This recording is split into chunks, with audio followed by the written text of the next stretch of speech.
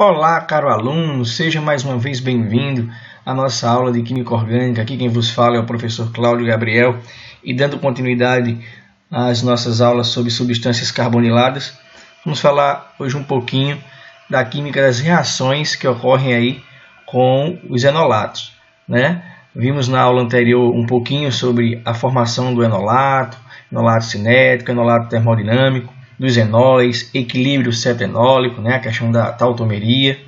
E vamos dando continuidade aqui em algumas das aplicações de enolato em reações orgânicas. Bom, um preview das reações de carbono alfa, né? Eu chamo a atenção de vocês nessa questão introdutória. Quais são as reações que ocorrem aí com o carbono alfa, tá? Vou fazer um panorama geral e aí depois a gente vai adentrando aí a algumas classes de reações. Então, eu apresento para vocês aqui a primeira ideia, né? Onde os enolatos reagem com eletrófilos formando produtos de substituição. E você observa aqui que o enolato aqui ele pode reagir com a espécie X ligado a X, tá?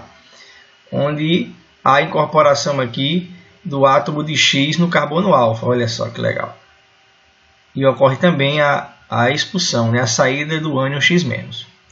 Ou o enolato atua aqui como nucleófilo, atacando aqui esse carbono que está ligado diretamente ao grupo X, ao grupo de saída, gerando aí uma inserção de um grupo alquila também na porção alfa. Então, nós vamos trabalhar com esses dois tipos de reações nessa aula de hoje, tá? Reações onde vai envolver um X2, tá? Reações de halogenação e alquilação, tá? Bom, só que os enolatos também reagem com outros compostos carbonílicos. Se você pensar em enolato como nucleófilo, ele também pode reagir com uma acetona, por exemplo, tá? Em reações de adição, e nós vamos ver isso aí na nossa próxima aula, tá bom? Então, mas não é nada de se estranhar que se o enolato é um nucleófilo, ele pode atuar em reações de adição a compostos carbonilados, ok? Pronto. Bom, se tratando da halogenação no carbono alfa, tá, nós observamos o seguinte. Aqui está o esquema geral. Observa que a nossa atenção sempre deve estar voltada ao carbono alfa, porque é nele que se encontra um hidrogênio ácido. E essa reação é a reação de halogenação. Tá? Ela vai produzir aí um alfa-aloaldeído ou uma alfa-alocetona. Tá? Essa reação aí vai ocorrer com cloro, com bromo, com iodo. E o meio, atenção, o meio dessa reação pode ser tanto meio ácido quanto meio básico. Então aqui um exemplo. Uma acetona aqui cíclica, e você observa que eu uso cloro como reagente, e o meio ácido, né? H3 ou mais, ou HCl em meio aquoso. Então, a halogenação aqui na porção alfa, ok? Então, em se tratando de mecanismo, vocês devem ter em mente o seguinte: se uma reação ocorre em meio ácido, o intermediário gerado é um enol. E se a reação ocorrer em meio básico, o intermediário gerado é um enolato. Pronto. Sabendo disso, a gente sabe que essa halogenação pode ocorrer tanto em meio ácido quanto em meio básico. E agora vamos tentar visualizar como seria o mecanismo para essas duas formas, tanto em meio ácido quanto em meio básico. Tá? Bom, em meio ácido, geralmente se usa o halogênio em meio de ácido acético. Tá bom? Ácido fraco. Então, coloca aqui uma reação global, uma acetona reagindo com bromo, em meio de ácido acético. Observa que o produto da reação é muito simples, é só substituir um hidrogênio aqui do carbono alfa por um halogênio, pelo átomo de bromo no nosso caso aqui, e a liberação de HBr. Tá bom? Uma reação de substituição. Então, sai um hidrogênio e entra um bromo. Mecanisticamente, como meio ácido, primeira etapa a gente já está careca de saber que em meio ácido a primeira etapa diante de um composto carbonilado é a protonação da carbonila, gerando esse intermediário aqui, tá? Como o ânion formado aqui após ácido e base é uma base fraca, mas pode atuar aqui como base, então ela abstrai esse hidrogênio do carbono alfa. Esse par de elétrons aqui da ligação forma uma dupla, da dupla carbono alfa, lembra disso? E esse par de elétrons é recebido pelo oxigênio para estabilizar essa carga positiva e gerando um enol. Olha aqui a espécie do enol. Então, em meio ácido, há a geração de enol e do ácido acético aqui de partida. Bom, na etapa subsequente, o que vai acontecer aqui? O enol ele atua como nucleófilo. Então, o par de elétrons aqui do oxigênio reconstitui aqui uma dupla. E esse par de elétron π ataca o bromo. Tá? fazendo com que esse par de elétrons seja recebido por esse outro átomo de bromo e saindo aqui uma espécie de brometo. Olha ela aqui, ó. A espécie de brometo sai. E a formação aqui, ó, como se fosse uma carbonila protonada, né? Produto final ocorre após uma etapa de ácido de base, onde o brometo atua como base, abstrai esse hidrogênio, e o parzinho de elétron aqui, ó, estabiliza a carga positiva, gerando a alfa-bromo-acetona e a liberação de HBr. Tá ok? Então houve aí uma monohalogenação na posição alfa. Tá ok? Bom, e em meio básico, professor? Bom, em meio básico, nós devemos pensar o seguinte: se eu tenho um composto carbonílico com hidrogênio alfa ácido, a primeira etapa, com certeza, né, vai ser a formação de quê? Ó? De um enolato. Olha só. Só que, de forma diferente do mecanismo em meio ácido, a reação global ela não insere somente um átomo de halogênio na posição alfa, e sim dois. E aí vai entender um pouquinho a partir da ideia do mecanismo. Tá? Sabemos que é a formação do enolato, há o ataque do enolato como nucleófilo ao bromo, liberando o brometo, até aqui sem nenhum problema. Só que como o meio é básico e ainda há a existência de um hidrogênio alfa ácido, olha só ele aqui, ó. O meio ainda é básico, né? E ainda há aqui, ó, a existência de um hidrogênio ácido. Então o que acontece? Há uma nova desprotonação gerando um novo enolato. Esse enolato atua de novo como nucleófilo atacando uma molécula de bromo, tá bom? Onde há a liberação de um brometo e aqui a formação de um composto alfa dibromado. Olha só que interessante. Então, se o meio for ácido, há uma monohalogenação no carbono alfa. Se o meio for básico, a gente está observando aqui, né, que há a formação de um composto dihalogenado. Uma variante dessa reação vista anteriormente em meio básico é a reação de haloforme. Tá? Observe o seguinte: é uma reação que especificamente ocorre com metilcetonas, com excesso de halogênio. Tem aqui o esquema geral, uma metilcetona, olha só, metilcetona, um halogênio em excesso meio básico. E a formação de um carboxilato, mais uma espécie que eu chamo de halofórmio. Né? Então, se a reação ocorrer com iodo, iodofórmio é liberado. Se a reação ocorrer com bromo, bromofórmio é liberado. Tá? A ideia é essa. Então, olha só, uma reação geral, eu tenho aqui uma espécie que é metilcetona, reagindo com iodo em excesso, meio básico, gera carboxilato e iodofórmio. Olha só, que legal. Bom, mecanisticamente, qual seria a lógica? Observa, eu tenho aqui um carbono alfa, tem 3 hidrogênios ácidos. Então, em meio básico, o que é que vai ocorrer como primeira etapa? Vamos lá. Primeira etapa aqui, você observa que ocorre a abstração do hidrogênio alfa, gerando novamente o nosso querido amigo enolato.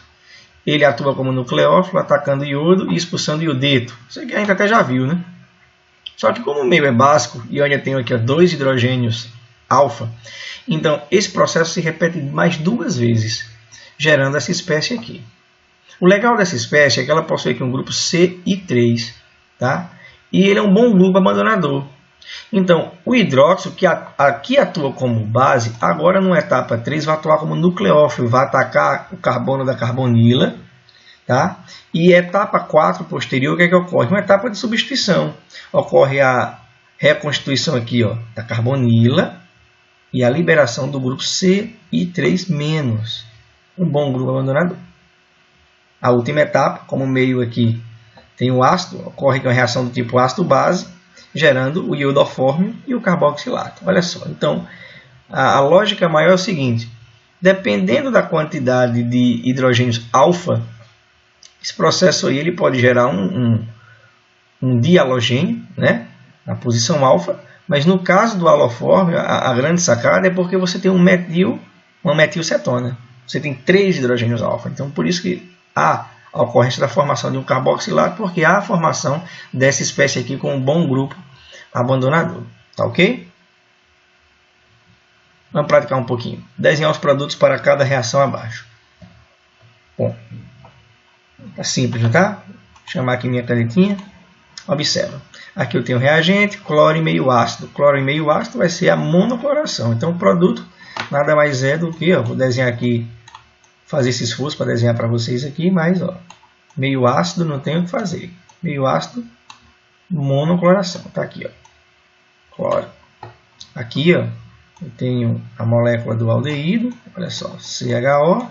Onde é que está o carbono alfa dessa molécula? É esse carbono aqui, ó, esse aqui alfa. Então, basta é um bromo em meio de ácido acético, segue a monobromação. Aqui, novamente, hidrogênio alfa tem aqui? Não, não tem, só tem no outro lado. Então, esse aqui é o carbono alfa. Então, o produto com certeza vai ser uma bromação. Vou colocar aqui, ó, a poção da cetona. Vai ser uma monobromação, somente desse lado de forma específica, tendo em vista que do outro lado não tem hidrogênio alfa. Tá vendo? Trata-se aqui de um composto aromático, tá bom? Tá meio feio, mas dá para entender. Ok? No outro exercício, o meio agora muda. Você observa que o meio é básico em todas as três reações e assumindo aí o halogênio em excesso. Observa que se o halogênio está em excesso, vamos lá com calma. Aqui está o carbono da carbonila, esse aqui é carbono alfa. Nesse carbono alfa tem hidrogênio ácido? Não tem, tá vendo? Não tem hidrogênio aqui ligado a esse carbono. Tem carbono, carbono, carbono. Então, desse lado tem hidrogênio? Tem. Como é meio básico, você lembra que meio básico não dá uma espécie monohalogenada, né? É uma espécie de halogenada. Então, o que vai acontecer aqui no produto vai ser, vou escrever aqui, olha só que legal. Você vai ter aqui a formação desse produto aqui, ó. Aqui continua a mesma coisa, duas ventilas, tá? E aqui você vai ter dois átomos de bromo sendo inserido somente desse lado que é onde você tem hidrogênios alfa, tá bom? Aqui você observa que tem hidrogênios alfa aqui e aqui. Cláudio, poderia dihalogenar somente de um lado? Poderia, só que como aqui você tem, ó, excesso, então não tem para onde correr não. Você vai acabar halogenando aí os dois lados alfa. Então aqui dupla O, qual é o halogênio? É o iodo. Então você vai ter aqui, ó, aqui iodo, aqui iodo, aqui iodo e aqui iodo. Olha aí, ó, iodo, iodo, iodo e iodo. Tá vendo que legal? E aqui a gente tem um caso especial de uma metilcetona. Na metilcetona, com halogênio em excesso meio básico, não tem para onde correr, é reação de halofórmio. Então aqui nós vamos acabar gerando o quê? Vamos acabar gerando o carboxilato dessa espécie, né? Carboxilato, mais o iodofórmio, né? E é o HCI3. Bom, HCI3, o iodofórmio. Tá um caso especial aqui, não tem hidrogênio alfa aqui, só tem de um lado, tá vendo? E o halogênio está em excesso meio básico. Então aqui é a reação de halofórmio, tá bom? Bom, falando agora da alquilação direta de enolatos, o nome pode parecer muito assustador, mas na realidade é a mesma ideia. É saber que se o enolato ele pode atuar como nucleófilo, eu posso usar esse nucleófilo, né, em uma etapa de substituição nucleofílica, em um SN2. Então, observa. Eu tenho aqui um composto alfa, um carbono alfa, carbonila. Então, o hidrogênio aqui é ácido. Em meio de LDA, né, nossa base forte, você vai ter exatamente a formação do enolato. Esse enolato pode atuar como nucleófilo, atacando aqui um aleto de alquila, né, via mecanismo de SN2, gerando aqui um produto alquilado. Tá? Então, vou dar aqui dois exemplos. Duas cetonas, onde os dois eu estou usando o LDA como base forte, né? Conduzindo a reação bem à formação de enolato. Tá? Aqui estão os dois enolatos formados e aqui dois aletos de alquila diferentes. Tá? Essa reação que ocorre aqui é uma reação de SN2, o ataque nucleofílico ao carbono e a expulsão do grupo abandonador. Ataque do enolato como nucleófilo ao carbono ligado diretamente ao grupo abandonador, gerando aqui dois produtos alquilados. Né? Observa a diferença, né? Acetona reagente e acetona produto. Acetona reagente e acetona produto. Acetona produto aí com carbonos a mais. Né? Você está construindo aí cadeias maiores de cetona. Né? Pô, Cláudio, mas é só acetona que reage? Não. Enolatos de ésteres e nitrila também podem ser alquilados nas mesmas condições. Tá? Então, usando a mesma metodologia de LDA, tenho aqui uma nitrila e hidrogênios alfa-nitrila, e aqui um éster e hidrogênios alfa-ésteres. A lógica é a mesma, formação de enolatos E aqui eu posso variar o haleto de alquila que eu quiser, dependendo da quantidade de carbonos que eu queira inserir no meu produto. Tá? Então aqui você tem um éster de cadeia maior e aqui uma nitrila com um carbono aqui a mais na sua estrutura total, tá? Envolvendo unicamente uma formação do enolato prévio e depois uma reação de SN2. Bom, gente, dando continuidade aqui à lógica dos enolatos como nucleófilos, observe esse exemplo aqui. Eu tenho agora uma cetona não simétrica e eu estou fazendo aí uma reação inicialmente com LDA. Então vai ocorrer a formação do enolato cinético, né? Então você observa que após uma reação com iodeto de metila, o produto A, né, originado, essa metila é incorporada exatamente no lado aqui, ó, onde foi preparado o enolato cinético, o ânion do enolato cinético, tá vendo? Já se usa uma base diferente de LDA, então o enolato que é gerado é o termodinâmico, e aí o produto é alquilado no outro lado. Isso mostra para vocês mais uma vez a versatilidade, né, na escolha da base. Dependendo da base eu posso obter enolato cinético ou termodinâmico, e a alquilação ela pode ocorrer preferencialmente ou de um lado ou de outro. Praticar um pouquinho aqui. Qual é o produto formado quando cada composto abaixo é tratado com LDA THF a menos 78 graus, seguido por CH3, CH2 e trenteno? Esse CH3 e CH2I é o agente que é alquilante, tá? E o LDA é a preparação do enolato. Então está aqui 4 moléculas. Então a gente tem que pensar o seguinte: inicialmente vai ser formado o enolato de cada uma dessas moléculas. Então eu preciso localizar os carbonos alfa. Aqui está o carbono alfa, aqui está o carbono alfa, aqui está o carbono alfa e aqui está o carbono alfa. Então, vai ser gerado enolato. Então, eu vou colocar aqui, ó, C, dupla O, CH2, CH3, CH2, CH3. Pronto. Vai ser formado o enolato. Depois, esse enolato aqui, ele vai ser usado para uma reação de alquilação de SN2 com CH3, CH2 e então a reação aqui, ó, atacou o carbono ligado ao halogênio e expulsa aqui o grupo abandonador. E você vai gerar que espécie? Você vai gerar essa espécie aqui, ó. Dupla O. E aqui, ó, inserção de 2 carbonos, ó, CH2 e CH3, 2 carbonos. Tá vendo aqui, ó? CH2 e CH3. Da mesma forma você faz para os outros, né? Vai ser a inserção de um grupo etila, né? O grupo etila nessa posição e nessa posição. Fácil? Então, vamos lá. Dando continuidade à utilização, né, do enolato em algumas reações, em algumas aplicações, temos aqui 2 reações bem interessantes. A síntese do éster malônico e a cetoacética. De novo, grandes nomes para situações bem simples de se entender. Então, observa. A síntese do éster malônico, na realidade, é um método que é utilizado para preparar ácidos carboxílicos. Dessa natureza aqui. E a síntese acetoacética para preparar cetonas deste perfil aqui. Tá? Com essas caras. Bom, como se dá esses processos? Bom, no caso da síntese do éster malônico, trazendo aqui o exemplo inicial para vocês, observe. Eu vou usar um reagente especial, o dietilmalonato. E colocar inicialmente esse dietilmalonato em meio básico. Para quê? Para que haja desprotonação aqui no carbono alfa, já que é um hidrogênio bem ácido, e gere aqui o meu enolato. Muito bem. Depois disso, o que acontece? Eu vou usar aqui um agente alquilante, um haleto de alquila, e realizar uma reação que nós já vimos do tipo SN2. Está aqui o produto alquilado. Bom, depois que eu inseri o grupo aqui, o que é que eu faço? Utilizo o meio ácido, né, para realizar uma hidrólise ácida desse éster a ácido. Então, vou acabar gerando aqui um diácido. E no aquecimento, na alta temperatura, vai ocorrer uma descarboxilação, que é a perda do grupo carboxila. Nessa perda do grupo carboxila, você vai ter a liberação de CO2 e você vai ter exatamente a síntese deste ácido carboxílico aqui, ó. Observa que daqui para aqui o que foi que aconteceu? Sumiu esse pedaço aqui todinho da molécula. Houve a inserção de um hidrogênio e está aqui, ó. RCH2, RCH, inseriu um hidrogênio aqui, ó. É a porção aqui do ácido. Então você aumentou a cadeia do ácido, né? Um ácido bem interessante. Ah, legal.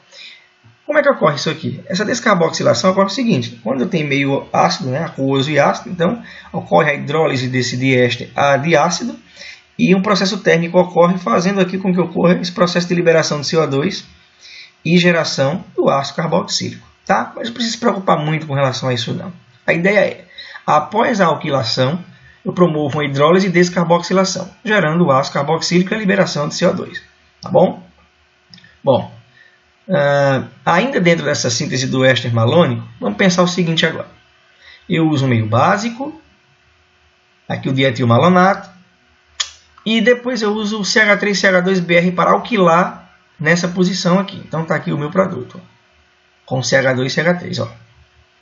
Mas como ainda há a existência de um hidrogênio ácido, eu posso permanecer ainda com o meio básico, adicionar mais um equivalente de meio básico, e usar outro agente alquilante. Tá? E aí eu acabo inserindo dois grupos alquilo aqui, ó, diferentes. Olha só que legal. Depois de fazer isso, eu promovo a hidrólise e descarboxilação. Você vê que há a manutenção desses grupos aqui transformado em ácido, e esse grupo aqui foi embora, liberando CO2, tá? Etanol. Tá? Então você tem duas possibilidades na síntese do éster malônico. Ou alquila uma vez, e já parte para hidrólise e descarboxilação, ou alquila duas vezes. Na síntese aceto-acética, a mesma coisa. O que muda, a gente vai preparar cetonas a partir de um beta-cetoéster. Tá? Então você observa aqui a reação geral. E o mecanismo segue a mesma lógica. Em meio básico vai haver a formação de abstração do hidrogênio alfa, né, carbonila, com a geração de enolato. O agente alquilante promove a SN2 e depois a descarboxilação, hidrólise e descarboxilação, gerando aí a cetona aí com o CO2 e etanol. Cláudio, pode acontecer aquele negócio de 3 pontos. Calma, pode sim. Observa aqui. Eu posso tornar o meio básico, alquilar a primeira vez, ainda permanece aqui com um hidrogênio alfa ácido, ó. Utilizo mais uma vez um equivalente de base forte, alquilo com a segunda porção, RR' diferente, ó, e depois promovo a descarboxilação, gerando aí no final uma cetona com a cadeia dialquilada. Ok? Mesma lógica. Praticar aqui. Quais aletos de alquila são necessários para preparar cada cetona usando a síntese do éster aceto-acético? Pronto, isso aqui é um exercício bem interessante. Tem 3 exemplos. Quais os aletos de alquila que serão necessários? Então, entenda aqui. A ideia principal é o seguinte, saber que a síntese do éster aceto-acético, eu estou partindo exatamente dessa espécie aqui. Ó. Pronto.